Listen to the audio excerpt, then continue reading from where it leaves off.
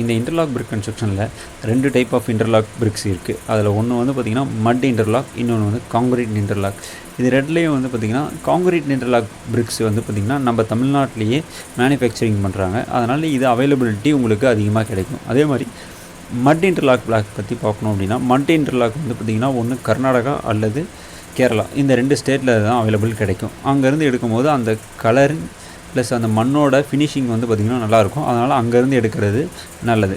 இன்னொன்று என்னென்னா, இந்த இன்டர்லாக் மட் இன்டர்லாக் போகிறீங்க அப்படின்னா முதல்ல ப்ராப்பர் பிளானிங் பண்ணிவிட்டு உங்களுக்கு எவ்வளோ பிரிக்ஸ் தேவைப்படும், அதாவது டோட்டல் பில்டிங்க்கும் எவ்வளோ பிரிக்ஸ் தேவைப்படுமோ அதை வந்து முன்னாடியே பை பண்ணிவிட்டு ஒர்க்கை ஸ்டார்ட் பண்ணிங்கன்னா நீங்கள் பிளான் பண்ணுற டைமிங்கில் வந்து பார்த்திங்கன்னா உங்களுக்கான ஒர்க்கு கம்ப்ளீட் ஆகும். அப்படி இல்லை ஒரு 7 ஃபீட் பண்ணிவிட்டு நான் திருப்பி வந்து பை பண்ணிக்கிறேன் அப்படின்னு சொல்லி போகும்போது இதை வந்து டைமிங் டியூரேஷன் வந்து ரொம்ப அதிகமாகிடுது.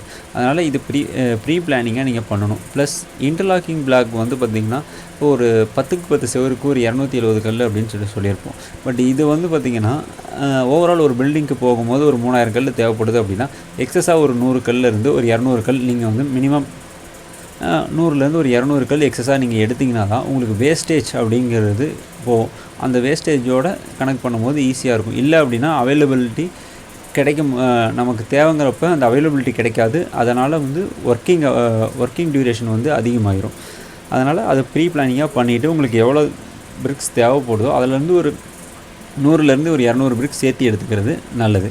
அதே மாதிரி மட் இன்டர்லாக் பிரிக்ஸை வந்து யூஸ் பண்ணி பண்ணும்போது அதுக்கு ப்ராப்பரான ஒரு இன்ஜினியர்கிட்ட கேட்டுட்டு என்னென்ன பண்ணணும் அப்படிங்கிறத நீங்கள் ப்ரீ பிளான் பண்ணிக்கிட்டு பண்ணணும். அதே மாதிரி இதில் வந்து மட்டில் பண்ணும்போது கம்பல்சரி வெளியே வந்து பார்த்திங்கன்னா வாட்டர் ப்ரூஃபிங் கோட்டிங் ப்ளஸ் அந்த ஜாயிண்ட் பவுட்ரு இதெல்லாம் வைக்கிறது கரெக்டாக வைக்கணும். அதே மாதிரி இது வந்து மட் இன்டர்லாக் யூஸ் பண்ணும்போது நீங்கள் வெளியே பிளாஸ்டரிங் பண்ணுறீங்க அப்படின்னா உங்களுக்கு காஸ்ட் வைஸ் கொஞ்சம் அதிகமாக போகும். அதனால் மட் இன்டர்லாக் போடும் போது நீங்கள் கார்னர்ஸ் மட்டுமே கவர் பண்ணி நீங்கள் அந்த பார்டர்ஸ் மட்டும் கட்டிக்கிட்டு மித்தபடி நீங்கள் எந்த ஒர்க்கும் பண்ண வேண்டியதில்லை. மேலே ஒரு வாட்டர் ப்ரூஃபிங் கோட்டிங் கொடுத்துட்டு எனக்கு அந்த கலர் ஃபேடிங் வந்து தெரியுது அப்படின்னா நீங்கள் வந்து டைரெக்டாக ஒரு கோட் டெரக்கோட்டா பேஸில் இருக்க பெயிண்ட், டெரக்கோட்டா கலரில் இருக்க பெயிண்ட் வாங்கி ஒரு கோட் அடிச்சிட்டோம் அப்படின்னா நமக்கு எல்லாம் ஒரே மாதிரியாக தெரியும். அதனால் அதை யூஸ் பண்ணிக்கலாம். இதை வந்து பூசணும் அப்படின்னு நம்ம போகிறப்ப திருப்பியும் நமக்கான அந்த காஸ்ட்ங்கிறது குறையாது. திருப்பியும் வந்து பார்த்திங்கன்னா உங்களுக்கு அதே சார்ஜஸ், அது நார்மல் பில்டிங் பண்ணுற சார்ஜஸே வந்துடும். அதனால் முடிஞ்ச அளவுக்கு பிளாஸ்டிங் பண்ணாமல் இருக்கிற மாதிரி பிளான் பண்ணிக்கிட்டு இந்த மட் இன்டர்லாக் பிளாக்கை யூஸ் பண்ணிக்கோங்க. அதுதான் உங்களுக்கு பெஸ்ட்டாக இருக்கும். அதே மாதிரி இந்த மட் இன்டர்லாக் பிரிக்கில் வந்து பார்த்திங்கன்னா கூலிங்னஸ் நல்லாயிருக்கும். ஓகேங்களா? அதே மாதிரி இன்னொன்று என்னென்னா, இந்த மட் இன்டர்லாக் பிரிக் யூஸ் பண்ணும்போது நம்ம வந்து பார்த்திங்கன்னா உள்ள ஒயரிங் இதெல்லாம் எடுக்கத்தா ப்ராப்ளம் வருமா அப்படின்னு சொல்லி சில கஸ்டமர்ஸ் கேட்குறாங்க. அந்த மாதிரி எந்த ப்ராப்ளமும் வராது. நீங்கள் வந்து நார்மலாக என்ன காடி எடுப்பீங்களோ அந்த மாதிரி காடி எடுத்து ஒயரிங்கெலாம் பண்ணிக்கிட்டு பூசிக்கலாம். பாத்ரூம்ஸு கிச்சன்ஸுக்கு மட்டும் நீங்கள் வாட்டர் லைன் கொண்டு வரதை மட்டும் ப்ராப்பராக பிளான் பண்ணிக்கிட்டு அந்த இடத்துல மட்டும் காடி எடுத்துகிட்டு திருப்பியும் பூசிட்டா நமக்கு எந்த பிரச்சனையுமே வராது. அவுட்ரு லைன்ஸை மட்டும் நீங்கள் என்ன பண்ணுங்கள் அப்படின்னா எப்பயும் போல் அவுட்ரு லைன்ஸை வந்து வெளியே கொண்டு வந்துடுங்க. வெளியே அடிச்சுக்கிட்டீங்க அப்படின்னா எந்த லீக்கேஜஸ் எதுவுமே வராது. நம்ம கழட்டிட்டு திருப்பி வந்து சர்வீஸ் பண்ணுறதா இருந்தாலும் கொஞ்சம் ஈஸியாக இருக்கும்.